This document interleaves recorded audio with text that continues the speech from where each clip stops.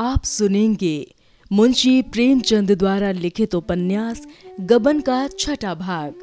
रमानाथ ने जवानों के स्वभाव के अनुसार जल्पा से खूब जी बुड़ाई थी, खूब बढ़ बढ़ कर बातें की थी। जमींदारी है, उससे कई हजार का नफा है, बैंक में रुपए हैं, उनसे सूद आता है। जल्पा से अब अगर गहने की बात कही गई तो रमानाथ को वो पूरा लबाडिया समझेगी। बोला, पर्दा तो एक दिन खुल ही जाएगा, पर इतनी जल्दी खोल देने का नतीजा यही होगा कि वो हमें नीच समझने लगेगी।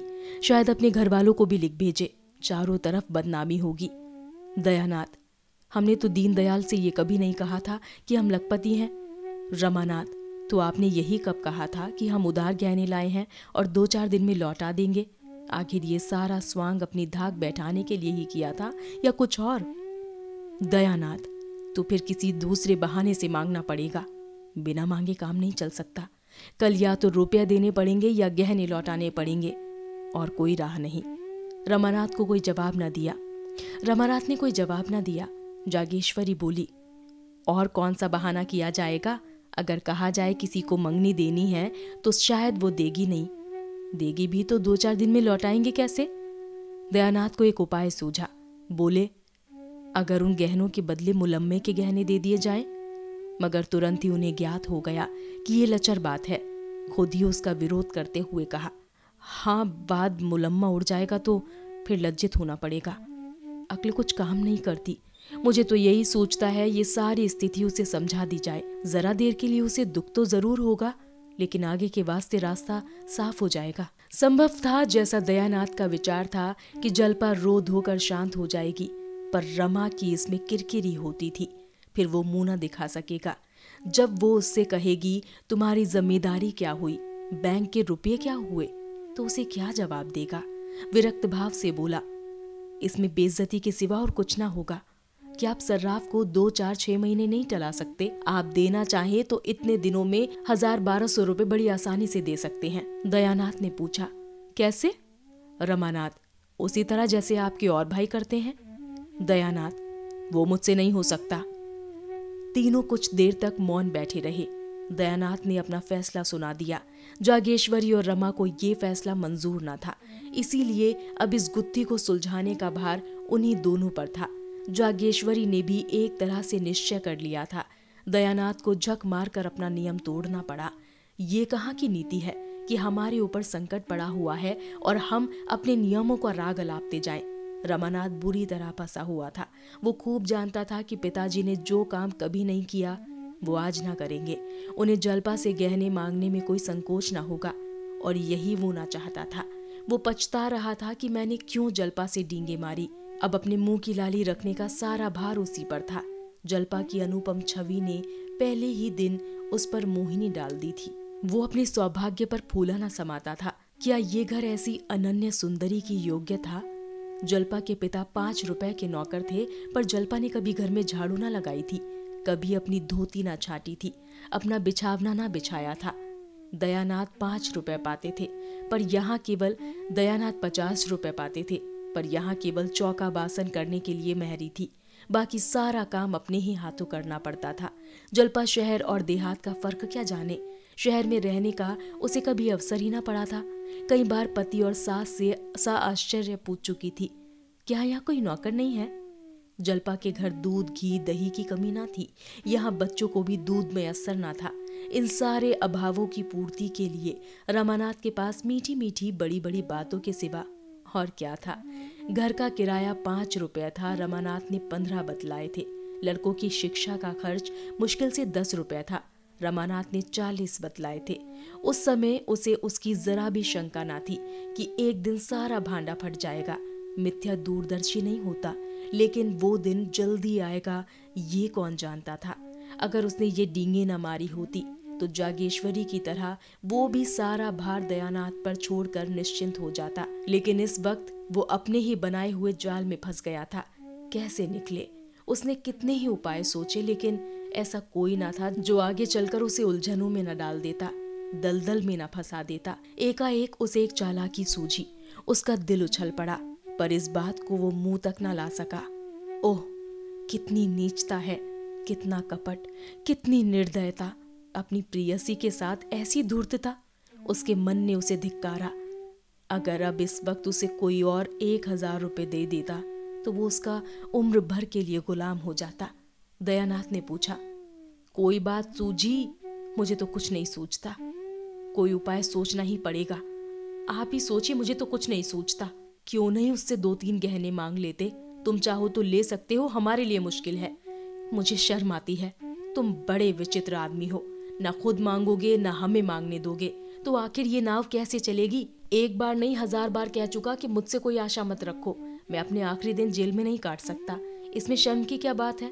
मेरी समझ में नहीं आता किसके जीवन में ऐसे कुअवसर नहीं आते। तुम ही अपनी माँ से पूछो। जागेश्वरी ने अनुमोदन किया। मुझसे तो नहीं देखा जाता कि अपना आदमी चिंता में पड़ा रहे, मैं गहने पहने बैठी रहूं।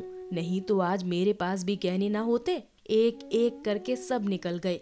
विवाह में 5,000 से कम का चढ़ावा नहीं गया था, मगर 5 ही साल में सब सुहाहा हो गया। तब से एक छल्ला बनाना भी नसीब ना हुआ। दयानाथ जोर देकर बोले, शर्म करने का ये अवसर नहीं है, इन्हें मांगना पड़ेगा। रमानाथ ने झेपते हुए कहा, मैं मांग तो नहीं सकता, कहिए उठा लाऊं? ये कहते कहते लज्जा क्षोभ अपनी नीचता के ज्ञान से उसकी आंखें सजल हो गई। दयानाथ ने भौचक्के होकर कहा, उठा लाओगे? उससे छुपाकर?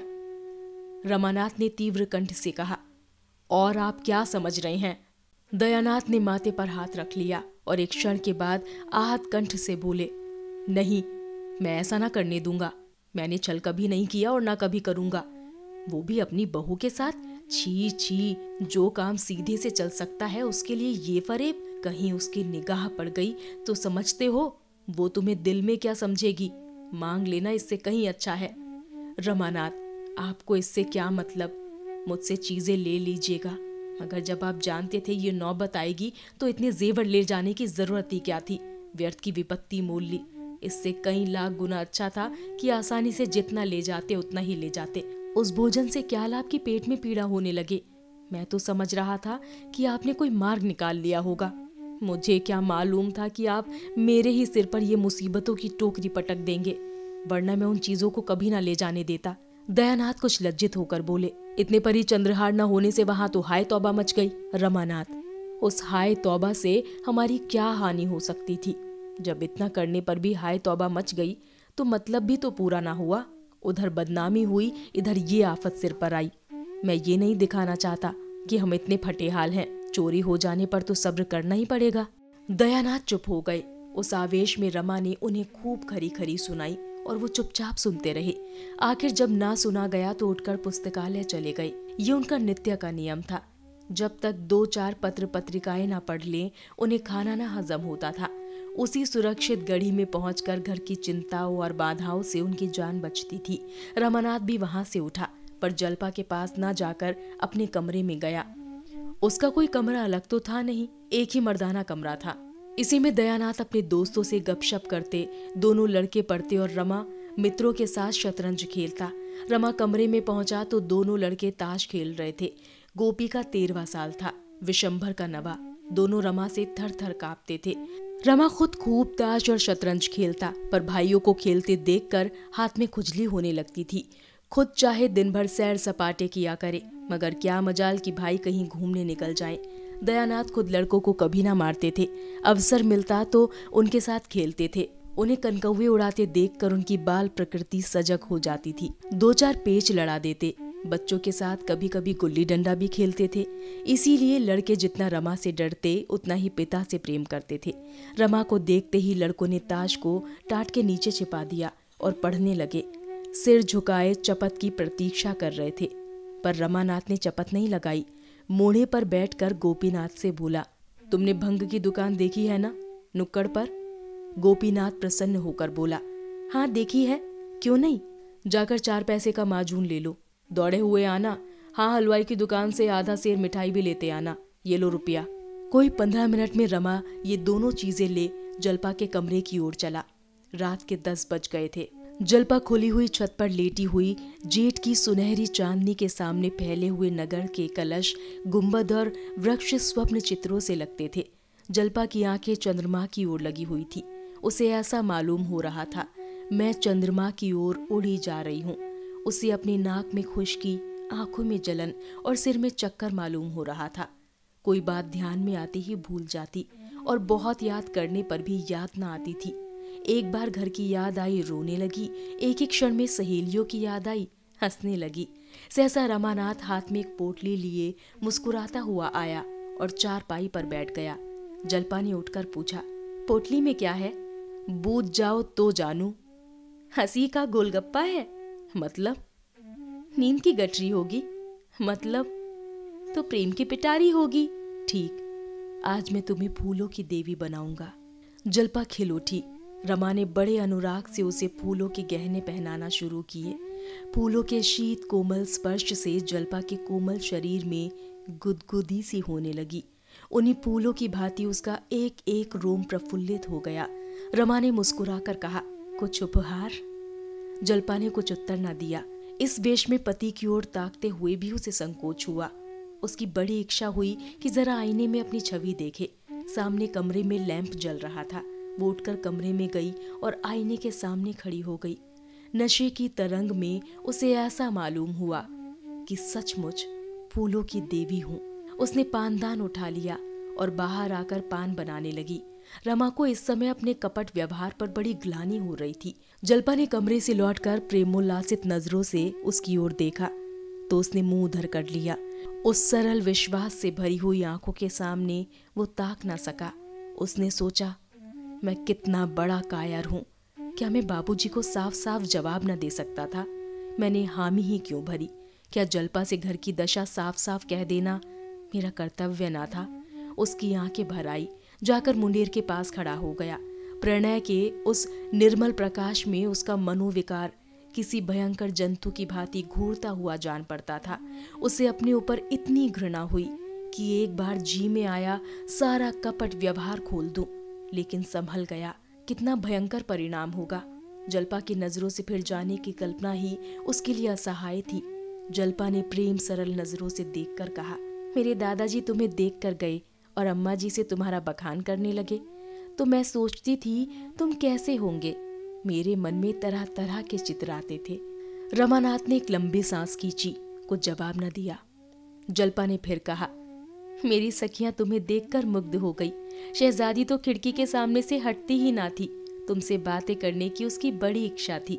जब तुम अंदर आए थे तो उसी ने तुम्हें पान के बीड़े दिए थे, याद है? रमा ने कोई उत्तर न दिया। जल्पा, हाजी वही जो रंग रूप में सबसे अच्छी थी, जिसके गाल पर एक तिल था।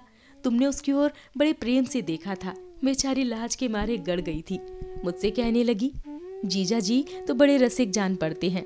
सखियों ने उसे खूब चिढ़ाया। बेचारी रुआसी हो गई, याद है? रमा ने मानो नदी में डूबते हुए कहा, मुझे तो याद नहीं आता। जल्पा, अच्छा आपकी चलोगे तो दिखा दूंगी। आज तुम बाजार की तरफ गए थे कि नहीं?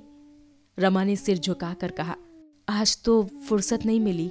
जल्पा, जाओ मैं तुमसे ना बोलूंगी। रोज हीले हवाले करते हो। अच्छा कल ला दोगे ना? रमानाथ का कलेजा महसूस उठा। ये चंद्रहार के लिए इतनी विकल हो रही है। इसे क्या मालूम कि दुर्भाग्य इसका सर्वस्व लूटने का सामान कर रहा है। जिस सरल बालिका पर उसे अपने प्राणों को न्यौछावर करना चाहिए था, उसी का सर्वस्व अपहरण करने पर वो तुला हुआ है। वो इतना व्यग्र हुआ कि जी में आया कोठे से कूदकर प्राणों का अंत कर दे। तो ये था गबन उपन्यास का छठा भाग। आगे के भाग सुनने के लिए हमारे साथ बने रहिए और हमारे चैनल को लाइक, शेयर, सब्सक्राइब करना ना भूलें और सुनते रहें स्टोरियन लफ्जों के हमसफर।